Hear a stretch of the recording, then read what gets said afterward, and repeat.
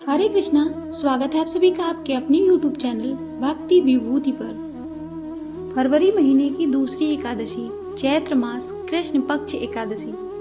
पाप मोचनी एकादशी कब है? हिंदुओं में पाप मोचनी एकादशी का बहुत ज्यादा महत्व है। इस दिन भगवान विष्णु की पूजा का विधान है। इसे सबसे पवित्र एकादशी माना जाता है क्योंकि ऐसा माना जाता है कि इसमें भक्तों के पापों को दूर करने की शक्ति होती है।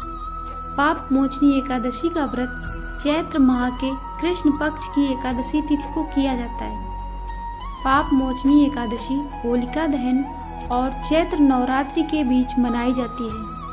पंचांग के अनुसार एकादशी तिथि का आरंभ 25 मार्च 2025 को सुबह 5:05 पर होगा और इसका समापन 26 मार्च 2025 को सुबह 3:45 पर होगा। अतः पाप मोचनी एकादशी व्रत 25 मार्च मंगलवार को आयोजित किया जाएगा। व्रत पारण उपवास समाप्त करने का शुभ समय 26 मार्च 2025 को दोपहर 1:41 से लेकर शाम 4:08 तक रहेगा। एकादशी के दिन ब्रह्म मुहूर्त सुबह 4:45 से 5:32 तक, अभिजीत मुहूर्त दोपहर 12:03 से 12:52 तक, विजय मुहूर्त दोपहर 2:30 से 3:19 तक, गोधूल मुहूर्त शाम 6:34 से 6:57 तक, सायाह्न संध्या शाम 6:35 से 7:45 तक। पाप मोचनी एकादशी पूजा विधि। पाप मोचनी एकादशी की पूजा की प्रक्रिया एक दिन पूर्व से आरंभ होती है। व्रत के एक दिन पहले पूजा स्थल को गंगा जल से शुद्ध किया जाता है। इसके पश्चात उस स्थान पर सब अनाज का संग्रह किया जाता है। एकादशी के दिन प्रातः जल्दी उठकर स्नान आदि करें। फिर पूजा स्थल पर सब अनाज के ऊपर तांबे या मिट्टी का कलश स्थापित करें। इसके बाद भगवान विष्णु की मूर्ति या चित्र को स्थापित करें। अब भगवान विष्णु को धूप, दीप, नैवेद्य, पुष्प आदि अर्पित करें। पूजा के उपरांत पाप मोचनी एकादशी की कथा का पाठ करें और भगवान विष्णु को किसी मिष्ठान का भोग अर्पित करें। पाप मोचनी एकादशी व्रत कथा। पाप मोचनी एकादशी कथा भविष्य उत्तर पुराण में भगवान श्री कृष्ण और राजा युधिष्ठिर के बीच संवाद के रूप में उल्लिखित है।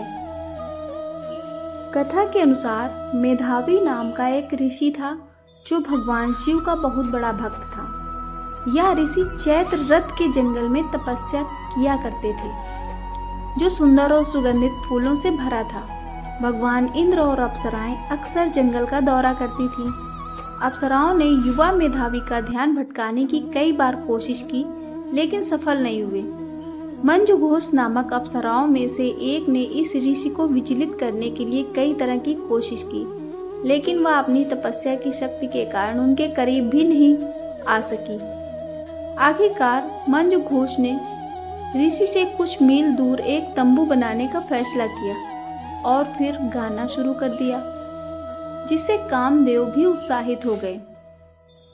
मंजू घोष ने जब भी ऋषि के युवा और आकर्षक शरीर को देखा वह काम से व्याकुल हो उठी।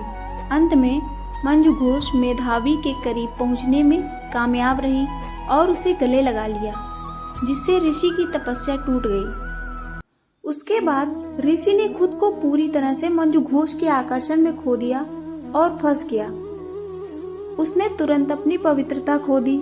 वह दिन और रात का फर्क भी भूल गया। मंजू घोष ने ऋषि को 57 साल तक अपने आकर्षण में फंसाए रखा जिसके बाद उन्होंने उसमें रुचि खो दी और छोड़ने का फैसला किया। जब उसने मेधावी को जाने की इच्छा के बारे में बताया तो ऋषि होश में आए और महसूस किया कि कैसे अप्सरा ने उन्हें 57 साल तक फंसा रखा था। इसने मेधावी को क्रोधित कर दिया और मंजू घोष को सबसे बदसूरत महिला में बदलने का शाप दिया। क्रोधित होकर ऋषि ने अप्सरा को कुरूप डायन बनने का शाप दे दिया।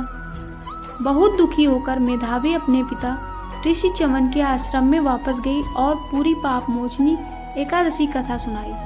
ऋषि च्यवन ने मेधावी और मंजू घोष दोनों को पापमोचनी एकादशी व्रत का पालन करने और पूरी भक्ति के साथ भगवान विष्णु से प्रार्थना करने के लिए कहा। परिणाम स्वरूप वे अपने पापों से मुक्त हो गए। आपको यह जानकारी कैसी लगी, कृपया कमेंट करके अवश्य बताएं। जानकारी पसंद आई हो तो वीडियो को लाइक और शेयर करें। ऐसी और भी जानकारी और कथाओं के लिए चैनल को सब्सक्राइब करना ना भूलें। धन्यवाद।